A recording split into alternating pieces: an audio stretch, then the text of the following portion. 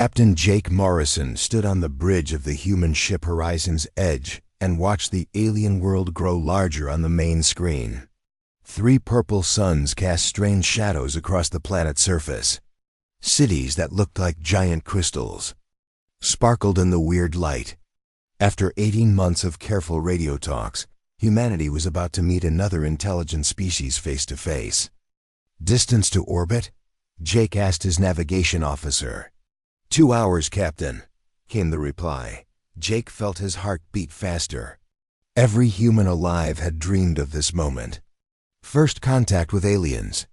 The proof that humanity was not alone in the universe. But now that it was happening, Jake felt more nervous than excited. Dr. Lisa Carter walked onto the bridge carrying a data pad. She was the ship's expert on alien life forms, though until now she had only studied theories and guesses. Her brown hair was pulled back tight, and she looked as nervous as Jake felt. Any last-minute changes to the plan? Jake asked her. Lisa shook her head. The Cathari have been very clear about what they want. A small group of humans to visit their Academy of Universal Sciences.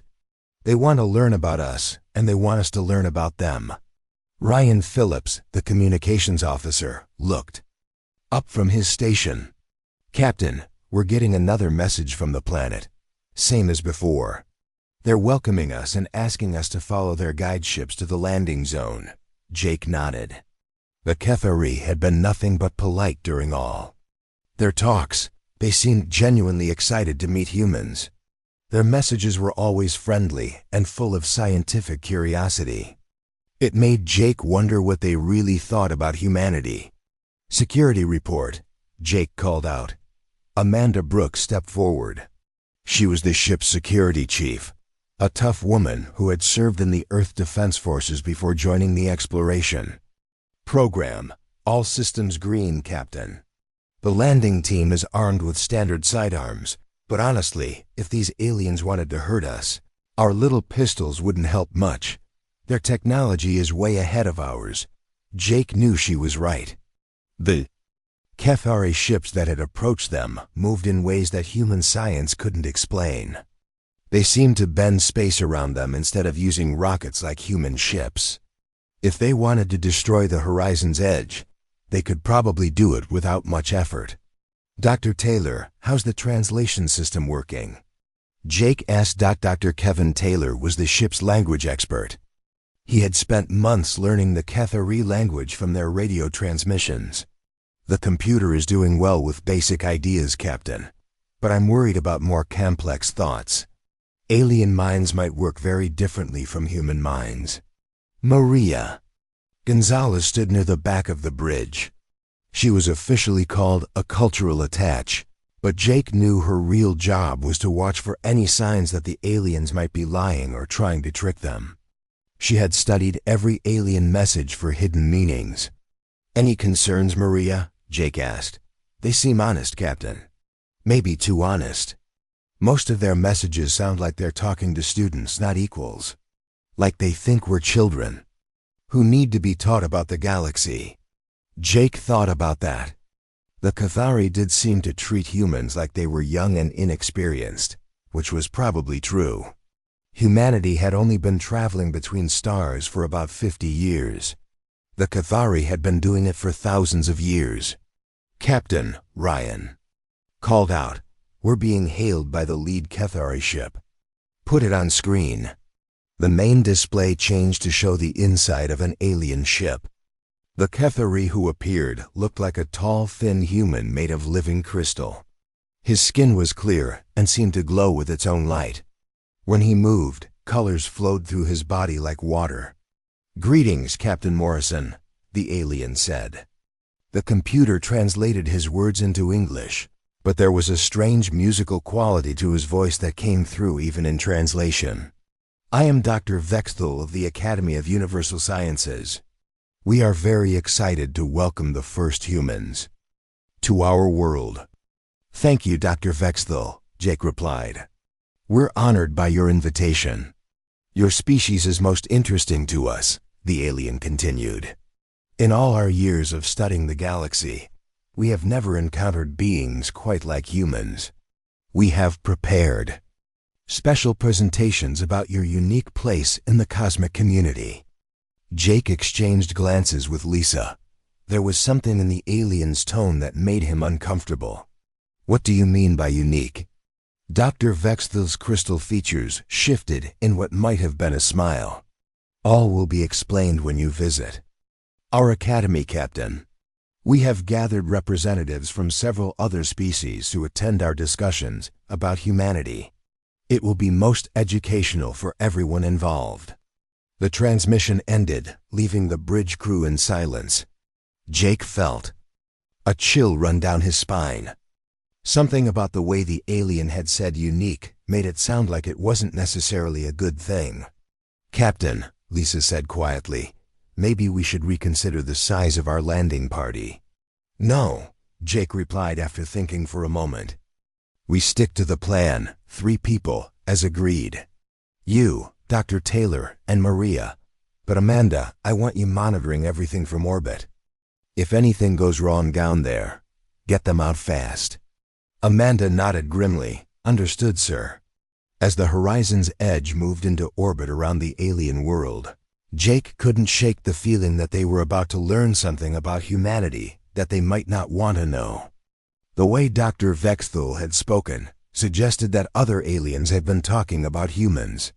And from his tone, those conversations hadn't all been friendly. The landing shuttle was prepared, and the 3-person team made their final checks. Soon, they would be the first humans to set foot on an alien world. Jake just hoped they would be able to return with good news about humanity's place among the stars. The shuttle landed on a platform that seemed to grow from the ground itself. Dr. Lisa Carter looked out the window and gasped. The alien city stretched out before them like a garden made of living crystal. Buildings rose from the earth in smooth curves, their surfaces glowing with soft light. Strange plants with metallic leaves grew between the structures, and small flying creatures that looked like pieces of moving glass darted through the air.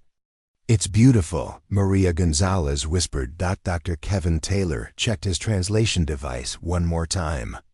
"Remember, stay calm and polite. We don't know their customs yet." The shuttle door opened with a soft hiss. The air outside smelled like flowers and rain. Dr. Vexthel waited for them at the bottom of the landing ramp, along with several other Kethari. Up close, the aliens were even more impressive. They were nearly 8 feet tall, with bodies that looked like they were carved from clear stone.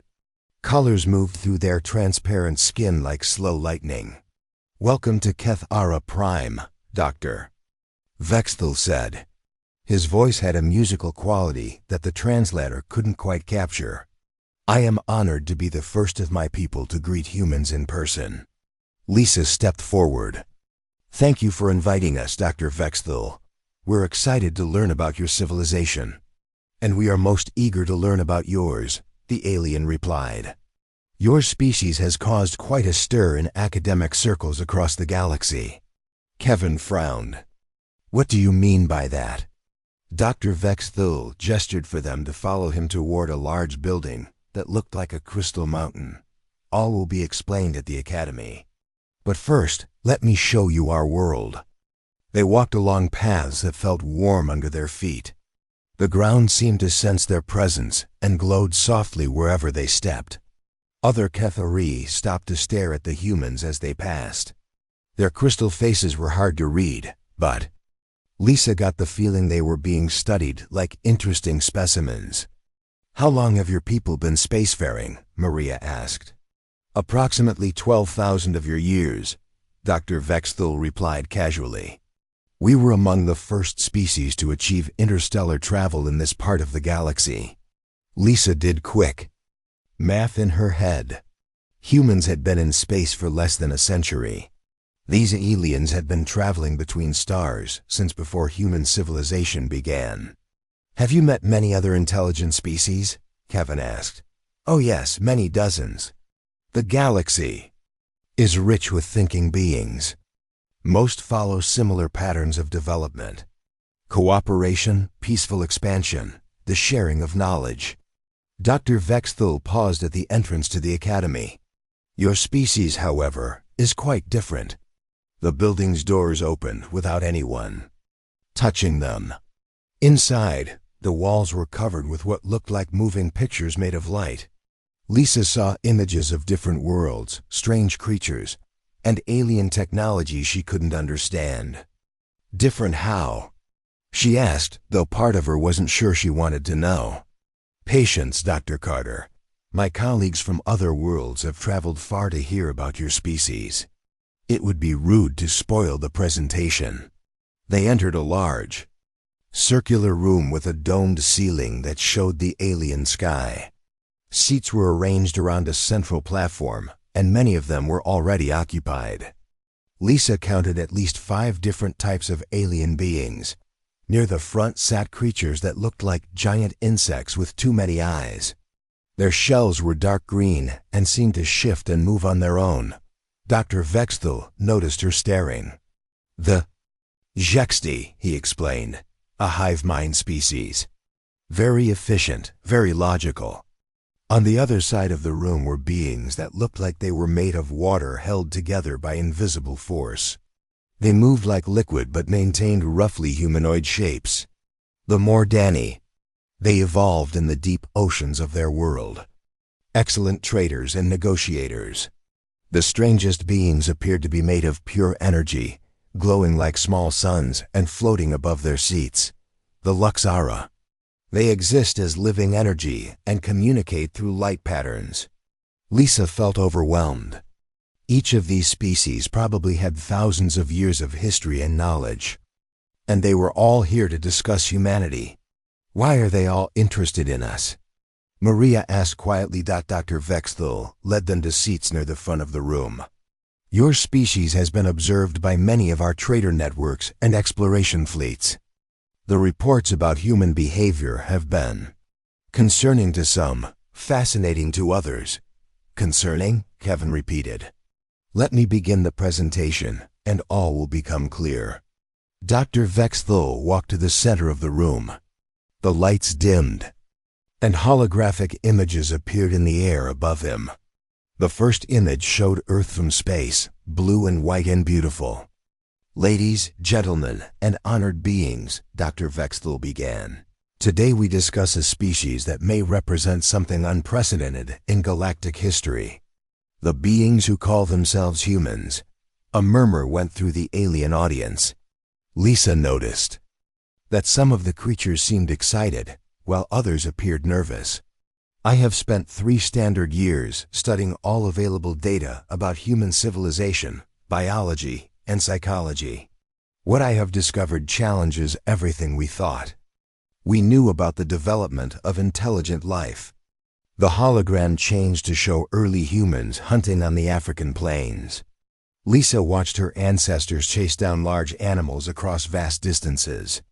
Most intelligent species in the galaxy evolved from prey animals or cooperative gatherers. We, Cathari, for example, developed intelligence to better coordinate our crystal farming. The Jexti gained awareness to improve their hive efficiency.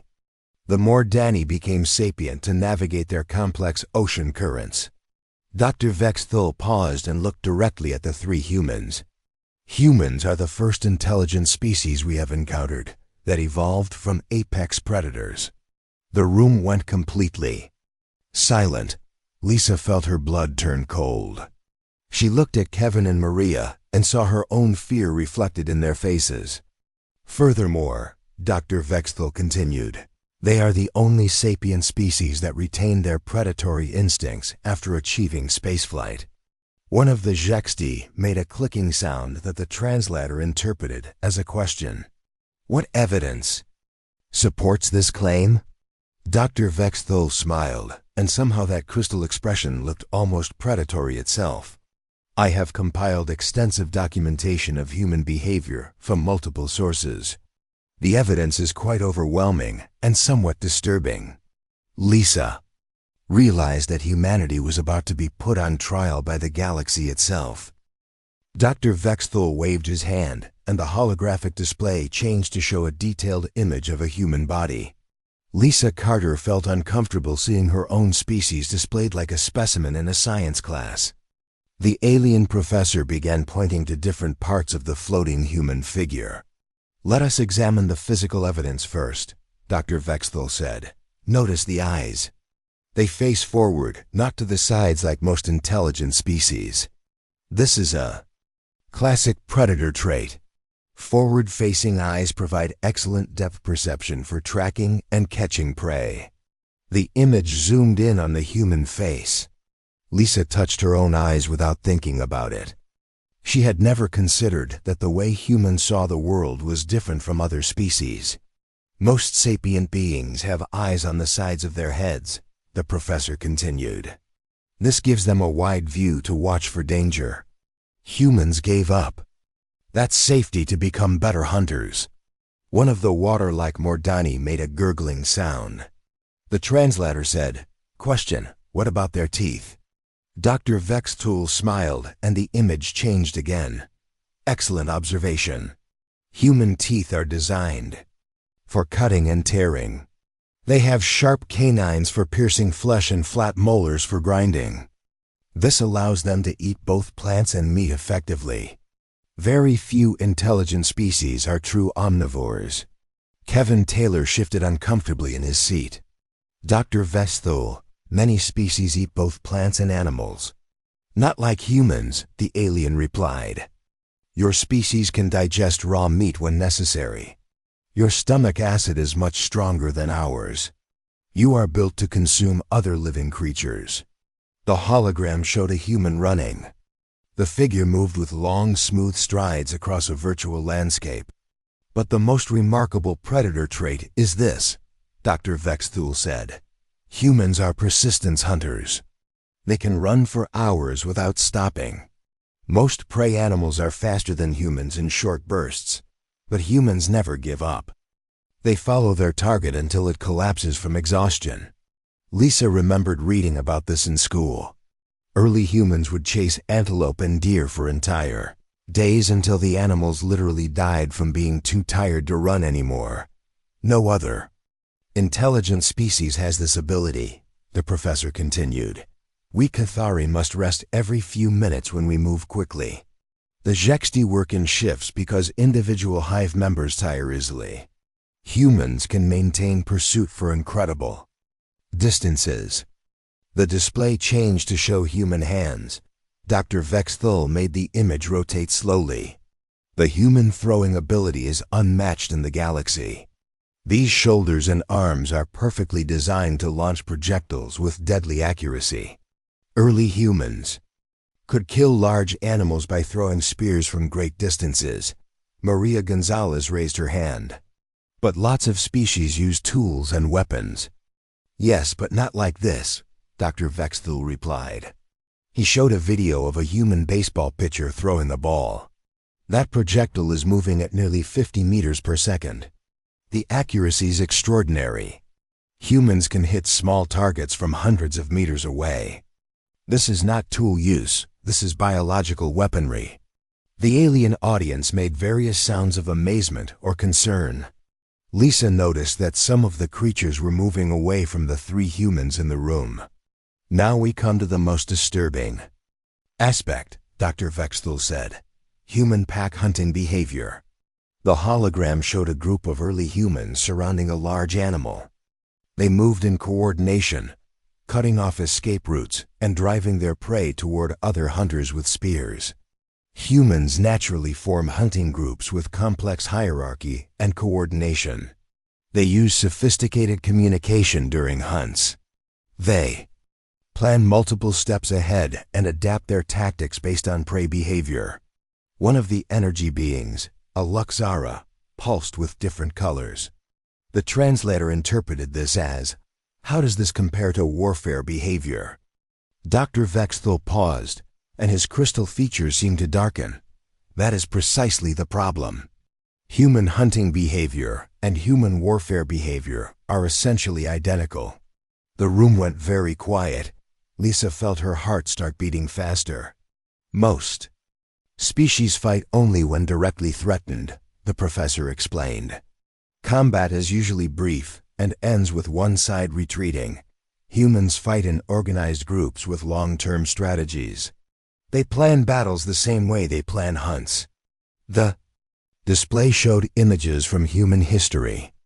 Ancient armies moving in formation, siege weapons attacking castle walls, modern soldiers advancing with coordinated tactics. Humans are the only species that developed warfare as an extension of hunting behavior. They hunt their own kind using the same skills they use to hunt animals. Kevin stood up suddenly. Now wait just a minute. Humans also cooperate and help each other. We're not just killers. Of course, Dr. Vexthal agreed. But your cooperation is based on pack loyalty. Humans are intensely protective of their group members, but they view outsiders as potential threats or prey.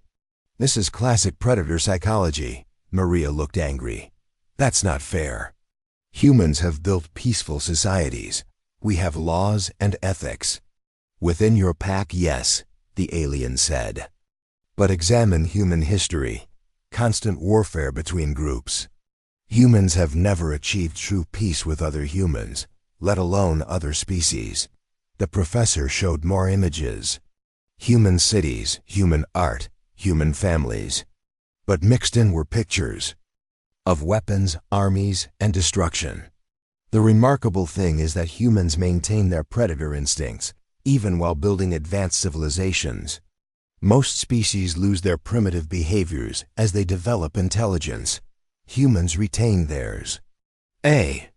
Jexty clicked rapidly. The translation came out as, "What makes them so dangerous to other species?" Dr. Vexthal looked directly at Lisa and her companions. Humans are the only predator species to achieve interstellar travel. They have brought their hunting instincts to the stars.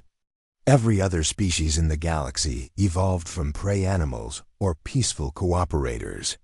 We have no natural defenses against predator psychology. The professor gestured to the three humans. These beings think like hunters, even when they believe they are being peaceful. They study us the way their ancestors studied deer and rabbits. They look for weaknesses and advantages without even realizing they are doing it. Lisa suddenly understood why the other aliens in the room seemed nervous around them. From their perspective, humans were dangerous predators who had learned to build spaceships.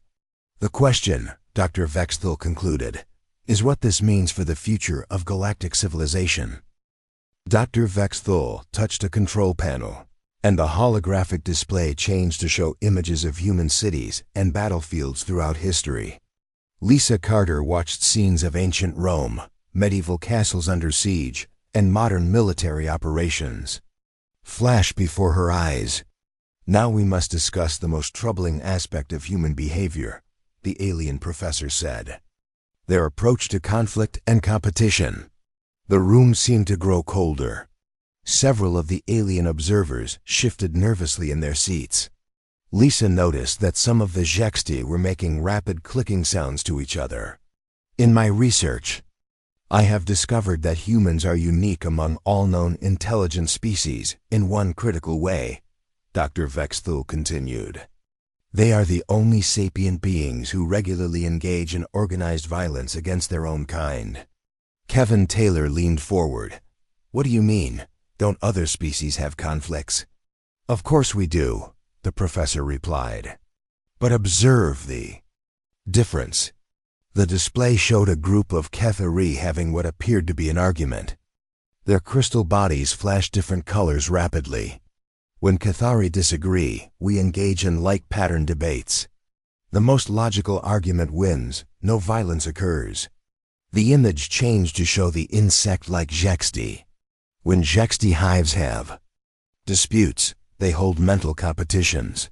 The hive with the better solution claims the territory or resource. Again, no physical harm. Next came the water-like Mordani.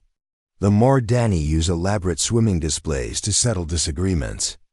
The most graceful performance wins the dispute. Dr. Vexthal paused and looked at the three humans. Every species we have encountered resolves conflicts through displays, competitions, or temporary displacement. None engage in deliberate killing. Of their own kind, the hologram shifted to show human warfare. Ancient battles with swords and spears, cannon fire from sailing ships, modern tanks rolling across fields. Humans, however, have refined violence into an art form. They create weapons specifically designed to kill other humans. They organize armies for the sole purpose of destroying enemy armies. They plan strategies that maximize casualties. Maria Gonzalez stood up, her face flushed with anger. That's not all we do. Humans also work together. We build things, create art, help each other. Within your pack groups, yes, Dr. Vexthal agreed. But humans define us and them very clearly. Anyone outside your group becomes a potential enemy. The professor showed images of human diplomacy and trade. Even human cooperation contains predatory elements. Watch how they negotiate. The display showed a business meeting between humans from different countries. Lisa watched as the participants smiled and shook hands, but Dr. Vexthal highlighted their body language and word choices. Notice how they study each other for weaknesses, how they hide their true intentions, how they seek advantages over their partners. This is hunting behavior applied to peaceful interactions. One of the Luxara energy beings pulsed with urgent colors. The translator said, "Personal experience. Human traders always know exactly what we want before we tell them." It is disturbing. A Mordani gurgled in agreement.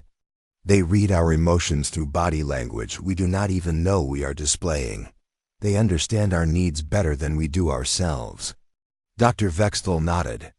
This is what I call social predation. Humans have evolved to read other beings the way their ancestors read animal behavior. They instinctively understand how to manipulate and influence other species. Kevin shook his head. You're making us sound like monsters. We're just trying to communicate and understand each other. But that is exactly the problem, the professor replied. You do this unconsciously. You cannot help but analyze everyone you meet for strengths, weaknesses, and potential threats. It is built into your predator psychology. The display showed more human activities. Scientists working in laboratories, doctors treating patients, teachers helping students. Even human helping behavior follows predator patterns, Dr. Vexthal explained. You form hierarchies with clear leaders and followers. You compete for status within your groups. You guard resources and territory. Lisa felt a chill as she recognized the truth in his words. Even in peaceful settings, humans did tend to establish dominance and compete for position. The most disturbing aspect is human deception capabilities, the professor continued. Most intelligent species are incapable of complex lies. We evolved in cooperative environments where honesty was necessary for survival. The hologram showed human faces displaying different emotions. Smiles that didn't reach the eyes, concerned expressions that seemed fake, friendly gestures that hid hostile intentions. Humans can hide their true thoughts and feelings with remarkable skill. They can pretend friendship while planning betrayal. They can appear harmless while preparing to attack. This is advanced predator camouflage. One of the Jexti clicked. Rapidly. Question: Are humans capable of genuine friendship with other species? Dr. Vexthal considered this carefully. Yes, but only when they consider the other species part of their pack. Humans can form strong bonds with beings they see as allies or dependents. But they must first decide that you are not prey or threat. The professor showed images of humans with domestic animals. Dogs, cats, horses, all clearly loved and protected by their human companions. Humans are capable of great loyalty and protection, he said. But they choose who receives this protection. Everyone else is potentially prey. Maria looked pale. So what are you saying? That humans are too dangerous to be part of the galactic community? I am saying that humans represent something unprecedented, Dr. Vexthul replied. For the first time in galactic history, an intelligent predator species has achieved interstellar travel. You have brought hunting instincts to the stars. The alien audience began making various sounds of concern and discussion. Lisa could see fear in some of their alien features. The question we must all consider, the professor said, is whether the galaxy can coexist with a species of supreme predators. Lisa felt the weight of the entire galaxy's judgment settling on her shoulders. She looked at Kevin and Maria and saw the same realization in their eyes. Humanity was on trial, and the verdict might determine their future among the stars. Dr. Vexthul raised his crystal hand, and the room fell silent. The holographic display showed Earth again, spinning slowly in the darkness of space. Lisa Carter held her breath, waiting for the alien professor's final judgment on humanity.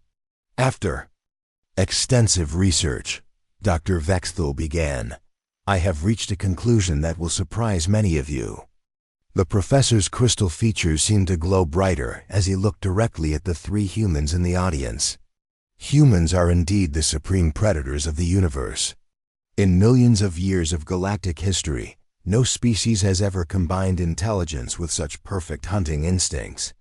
They are faster, stronger, and more cunning than any sapient being we have encountered. Lisa felt her heart sink. Around the room, alien beings made sounds of fear and concern. Some of the Jexti were backing away from the humans, and several Mordani seemed to be rippling with anxiety.